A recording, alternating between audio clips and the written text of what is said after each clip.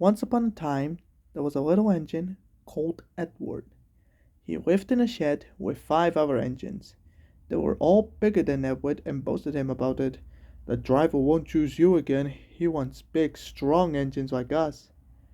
Edward had not been out for a very long time, and he began to feel sad. Just then, the driver and fireman came on to start work. They looked at Edward and asked, "You look sad. Would you like to come out today?" "Oh, yes, please," said Edward. So the fireman lit the fire and made a nice lot of steam. Then the driver pulled the lever and Edward puffed away. "Beep, beep," he whistled. "Look at me now." The others were feeling very cross on being left behind. Then Edward went to the yard to get some coaches. "Oh, please, Edward," they said. "Please don't bump them bangers like the other engines do." So Edward came up to the coaches calmly and gently, and the shunter fastened the coupling. "Oh, thank you, Edward. That was mostly kind. We are so glad you're taking us today." And so Edward puffed to the big station. And Edward arrived at the platform. The passengers got in quickly and waited for the guard to blow the whistle. They waited and waited. There was no green flag and no guard. Edward was beginning to feel impatient. "Beep, beep," he whistled. "Where's that guard?" The driver and fireman started to ask the passengers. "Have you seen the guard?" he said. "No," they said. Then they asked the porter. "Have you seen the guard?" "Yes," he said. "Last night." Edward was starting to feel impatient. "Are we ever going to start?" he asked.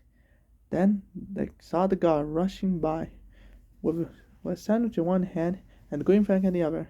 And so he hopped them into the brake coach, blew his whistle, and Edward puffed away. Edward was most surprised.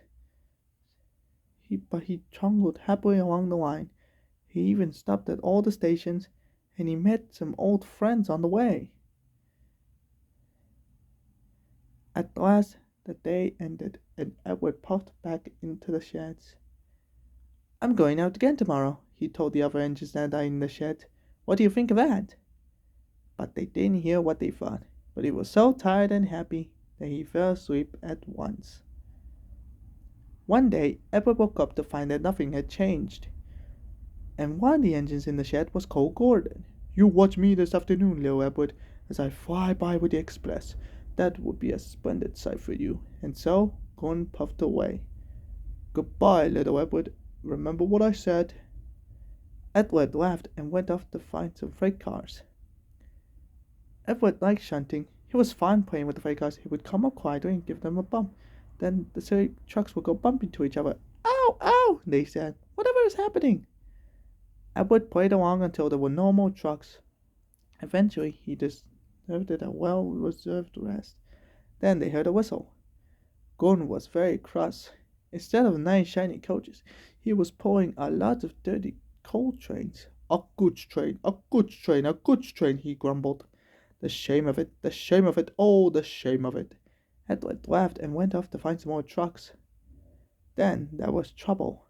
"Gordon can't get up the hill," he said to Edward's driver. "Could you get Edward and help him, please?" Soon they found Gordon had stuck at the bottom of this hill. "Come on, Gordon, you're not even trying." "I can't do it.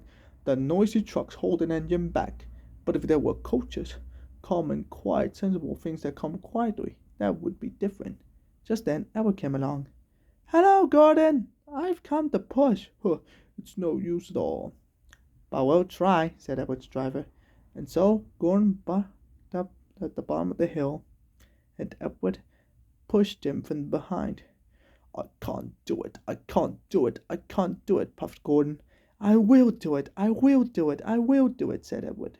And almost before he realized it, Gordon found himself at the top of the hill. "I've done it, I've done it, I've done it," he cheered happily. He forgot all about kind Edward and didn't say thank you.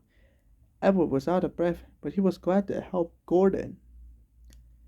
At last he stopped at a siding to fill up on water, and his driver said, "Well done, Edward.